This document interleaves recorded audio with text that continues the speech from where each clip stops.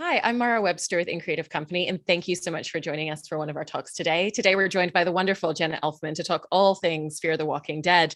And I wanted to talk a lot about the way in which you prep for scenes, because you've talked in the past about how you really love to get yourself to a space where by the time you arrive on set, it's just about the intrinsic nature of how you're feeling in a scene in a moment because of all the preparation that you do before and the really intrinsic work that you do with the scripts. And is that something that you've done throughout your career? And for a show like this, what does that preparation process look like when you get new scripts, particularly now that you've come through a few seasons of the show and you have a real relationship and rapport with your character at this point? Yeah. Awesome. Thank you for having me. I'm a classically trained ballerina and jazz dancer and whatever, but something I learned during my intensive training as a dancer was how much I had to rehearse and get it into my body so that when I was on stage and there's the live audience there, it's a very special moment when you're performing live. And it's the same when that camera is rolling. It's sort of like this heightened sense of magic in life. It's why I do what I do, is for that. There's something like the world just sparkles when the camera's rolling or the live audience is there, giving their permission to receive what you are throwing at them. And to be prepared for that, the amount of rehearsal and getting it in your body. So when you're in that magic moment, you are at your peak of freedom to create in that moment, in the present moment, your artistry, and to, hopefully impinge upon the audience in an emotional way. And inspire something within them. And that can only happen if you're not trying to copy something from the moment before, but to completely communicate artistically in the present moment right then. And so if I'm not, how that translates to acting, like if I haven't put in the time to understand the story, to understand the theme of that episode, understand the umbrella, especially on Fear the Walking Dead and in the Walking Dead universe, understanding the umbrella of the season, of the universe, the themes that they've written into each of the characters. There's always like a theme for that season or whatever. And to then, let alone understanding your lines, and what your story is behind them. All of that preparation has to be done. There's a lot of detective work I've found that runs very deep on Fear the Walking Dead to understand everything. So that then when the camera's rolling, because oftentimes it's such an intense show, we have a lot to get in one day. So you don't often get many takes. And so that's another reason to be prepared. But also when you are that prepared, you can fully, in that moment, the camera's rolling. It's a collaborative process. You have the cameraman who's right there in your face. You have the focus puller who's tracking all of your emotions. It's like this whole amoeba of creativity that you get a lot of sensation out of, and the audience also, if you are fully alive in that moment. And that can happen if you're not thinking about your lines, but if you're prepared. Yeah. And hearing the way that you're describing that, do you see kind of a parallel behind the way that you have that process of preparation, the way that it comes into play in the moment, and actually the way that your character approaches things? Because she has that history of being a trauma nurse, which comes into play in so many moments. And again, it's leaning into this history and this experience that she has and all of the work that she's done in the past in the way that she's so intrinsically able to step into so many situations. And you kind of like see a parallel between those two processes for the way that you're working and actually the way that your character is on screen as well. Yeah, that's a good point you make. With trauma is a very specific area of emergency medicine. It's not just the ER, the emergency room. It's a very specific, and there's only certain trauma centers that exist across the nation. And watching trauma nurses and a trauma team do what they do, they are so well drilled and so well rehearsed, and they know everyone has such a very specific job that they do, so that they can be totally present for what's happening in that very heightened life or death moment with the patient. So yeah, I think that you're not, trauma nurses and doctors are caring, passionate people who are hardworking. You don't get there by being a slouch.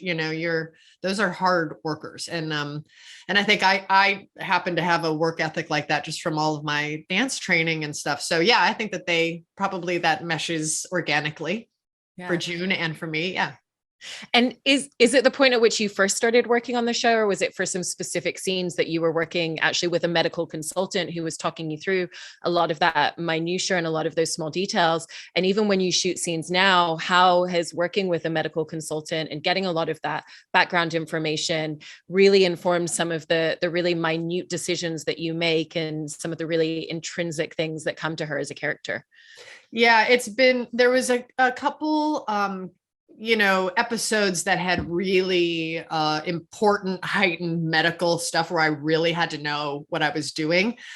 In season 5, episode 1, Luciana had like a piece of the metal in her shoulder, and I went over to the trauma center, the doctor here in Austin, Texas, and I had him walk me through everything, because people who know what they're doing medically, they know in their mind what to do next, what they're looking at while they're doing the things they're paying attention to as indicators that determine the next choice of action they make. And so I wanted to understand what all of those were, because then I know what she's watching for, so then to add the emotion of the scene, the lines, the height, the stakes, the story, all of that,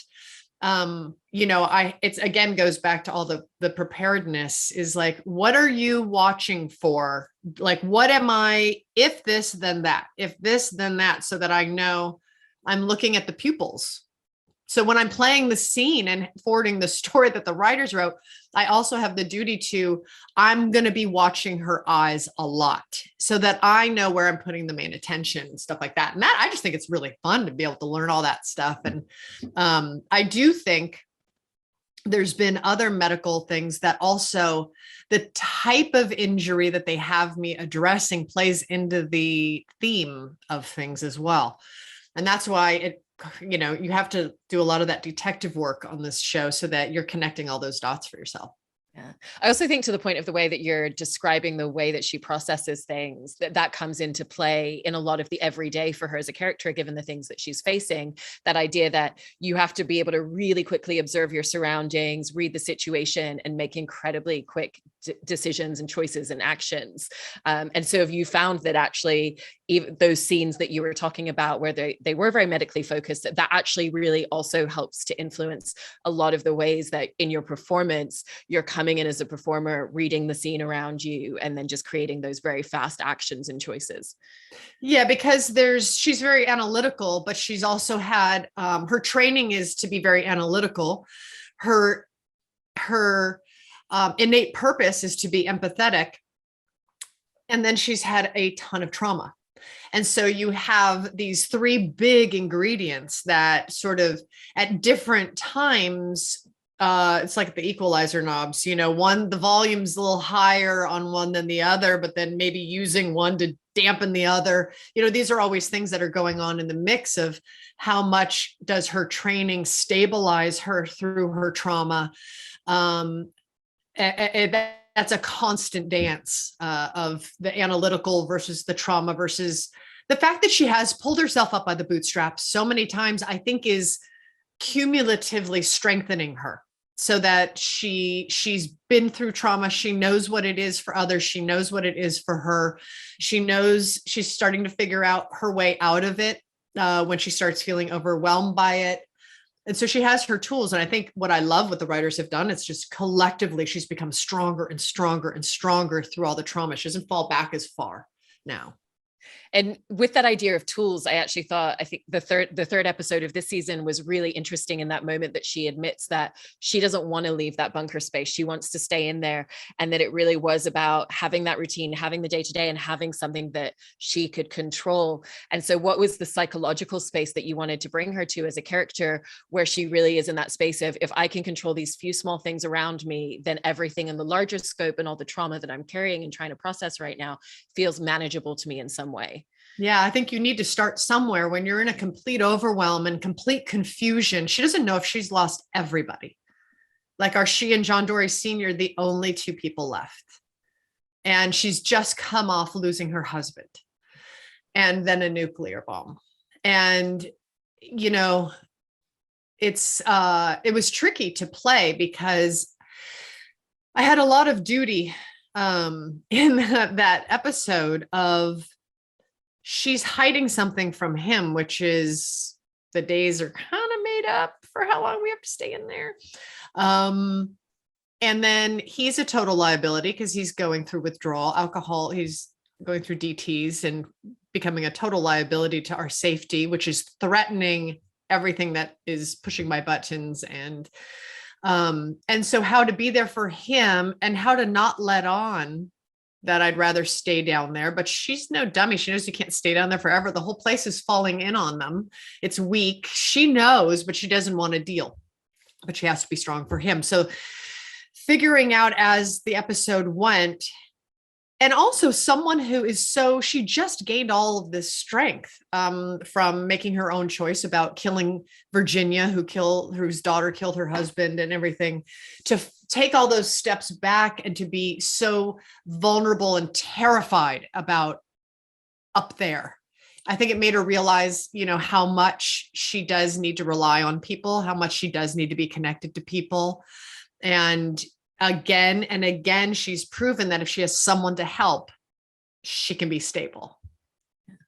Is there a constant dance for you in terms of that real strength and fortitude that she has, and everything that you were saying about how it's constantly layering and building for her, but then those moments where obviously the actual genuine fear, the vulnerability and the trauma really sits with her, and there are those moments of questioning everything that she's doing and moving forward in the same way? And do you find that performance wise it's a real dance between making sure that you're always servicing both of those spaces to make sure that she does come across as a fully complex character in the right way? Yeah, I mean, one thing that I can have faith in is that the fans who watch the show have been tracking her. You know, they know what she's been through. They know what she's overcome. And so that's sort of inventory that's always there for the viewer. And so that's something that helps tell the story and gives me a little more freedom of not having to kind of indoctrinate an audience newly. Because that's like a lot of work to do as a character. But I just think that it is amazing to be able to have her change and navigate those changes, knowing there's all that baggage that's informing the changes, and her changes are different every time because of all of these experiences that have been building up that are changing her. Her changes are different, you know. She gets stronger and stronger, but then the challenges are bigger and bigger. And so I think I'm answering your question, but for the audience to track that, we have a built-in history together, which I think is what I was saying. I think that helps a lot because they're already there knowing what I'm up against. Yeah. And with that tracking as well, particularly in working with Keith on those scenes in that bunker for that episode, was there kind of an element of tracking and really just navigating what are the different spaces that they're in? Because there's so many scenes that are, that are incredibly short where we see the passing of time. And you sometimes have just a flicker of a moment to really catch us up to, okay, 50 days have passed, 75 days have passed. Where are they both at psychologically, both individually? And how has this influenced their dynamic? As well as when you even just step back and think about the idea of being hunkered down on ground, having no daylight, only interacting with one other person, and what that does to the two of them as well in that dynamic. So was there a really interesting challenge in how you approached a lot of those very short scenes for that episode? Yeah, I spent a lot of time preparing on this episode. And it's so tricky too, because you know, how the director is going to use the camera to tell some of that. How much are you telling it? How much are you covering? When are you covering? When are you revealing?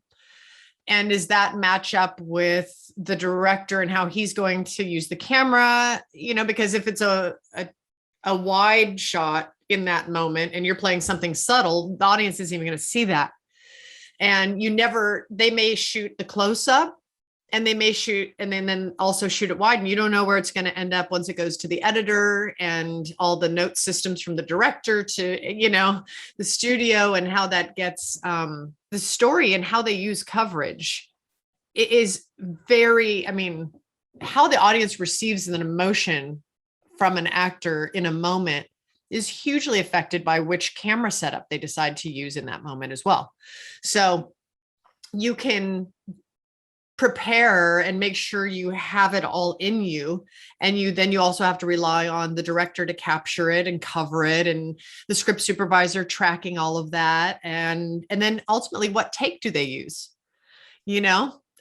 So all of that, you can come prepared and you do it, but then you also are relying upon the collaboration to enhance it, sculpt it, and everything like that. And, you know, Keith, in this episode, Keith's character is going through something completely different. And so I think and that's part of it is that, and it was interesting when we were filming those early scenes where we're together and we're in harmony, Keith and I were much more talkative on set. And then when it started going into this disconnect between the two of us, I got very quiet and aloof when we were filming, and I kind of was just staying away from him. And I ended up texting him after we wrapped. I was like, by the way, please don't take that personally. I like kind of stopped talking to you and was super aloof during that. And I'm not always that way. He's like, hey, I've got nothing but respect for everyone's process. It's like all good. Because it hit me one day how away from him I had gone once we had hit that patch of filming where he's just on this, like, obsessed to find this woman. And I'm like, it's a nuclear disaster. Like, what? And he's like, not. So yeah, sometimes there's just sort of little organic shifts that happen when you're filming too, where you just are together and you're not, and, you know. Well, I think that's so interesting as well, because when the two of you first started working together on the show, I know you've talked about how you actually intentionally didn't want to kind of sit together and build that rapport because there wasn't that backstory and that history between them as characters. And is that something that frequently when you're working with scene partners, that the way in which you're interacting with them even before you start filming, and whether you want to have those conversations really is just focused and centralized on what's the character dynamic and carrying that forth off screen in that way as well? Yeah, definitely on this show for me, I found, it wasn't in the beginning, but I had to go through some learning curves for myself on this. And I do find that it's better for me to be economical in my energy when I'm filming on set. You know, there's some scenes and some days in the story where I'm like laughing and we're all having fun and we're all being like silly and ridiculous on set. And I'm very chatty and talkative and catching up with everyone. And then there's times with certain scenes, or if my character is in a headspace of something, I cannot be chatty and joking. I have to just kind of stay focused and stay in it, and not stay in character, but I have to have a few of my toes. I need to have a foot in the pond of her mindset and her story and her energy, because otherwise it takes me too long to like get back to it when the camera's rolling. And there's a lot of stimulus on set. It's a very big crew. And also, we are often dealing with very dramatic weather here in Texas. It's either freezing or hot and humid and you're miserable.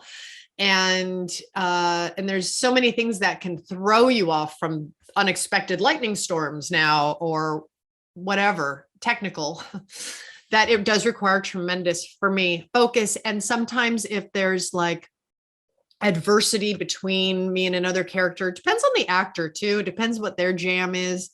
Sometimes I'll just find that organically there's a little distance there that I just lean into and let it be. And it creates an aroma when you're filming of energy that just, it supports the story in that way. Yeah.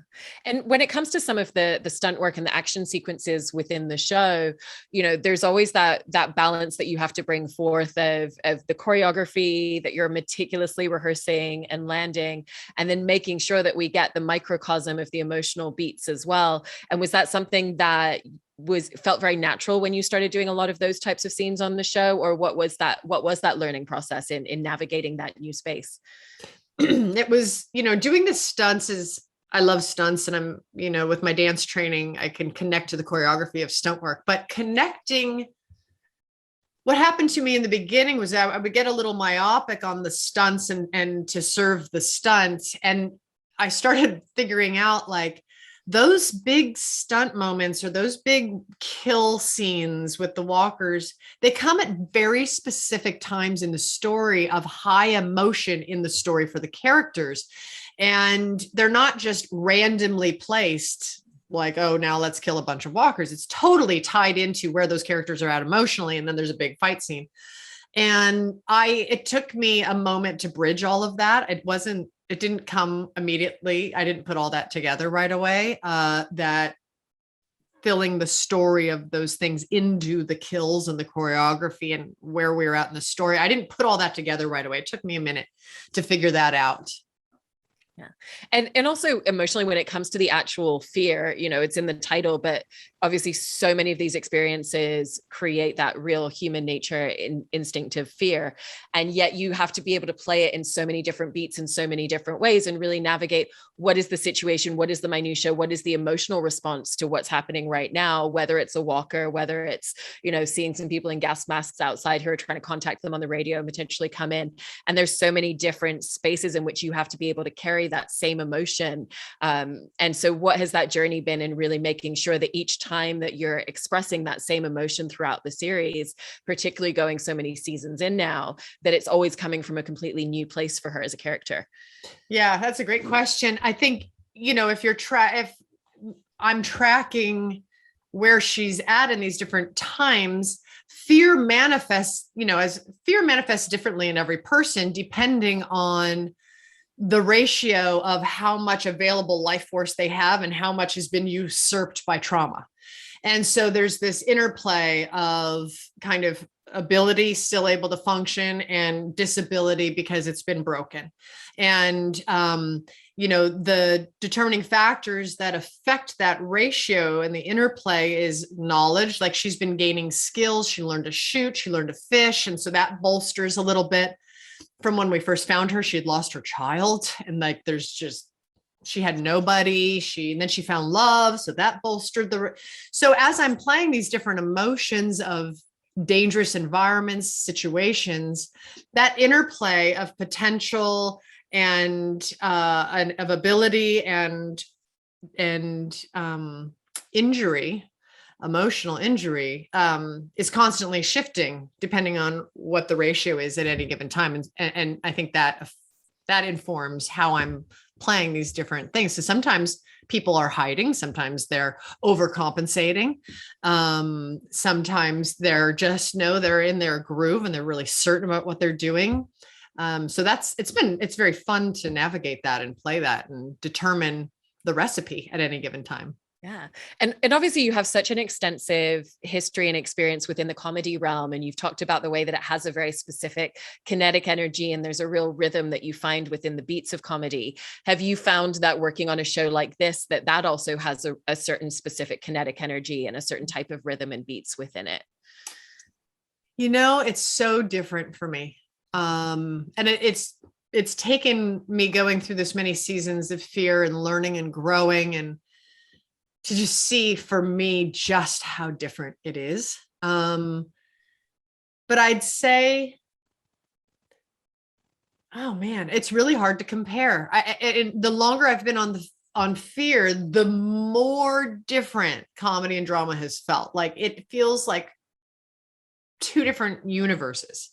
My approach to it is different. So I don't know that. I think it has its own DNA for me being on the show and doing drama. It's like, it's not even the same DNA. It's literally a different DNA structure. And I also try not to, like, when I'm doing comedy, I know what makes me good at comedy. Like I know what it feels like on tracking that, where you're believing, but the situation is absurd. And it's the collision of commitment of belief to the absurdity of the situation.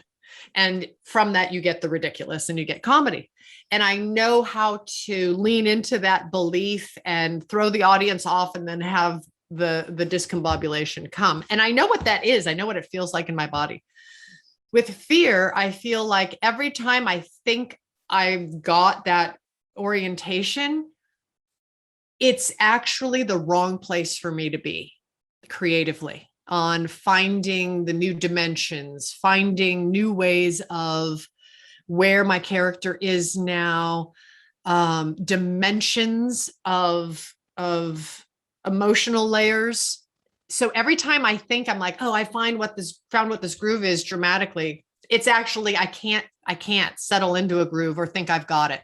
That doesn't work for me with the drama on this show. It's guaranteed it'll make me miss something that I need to see. Yeah.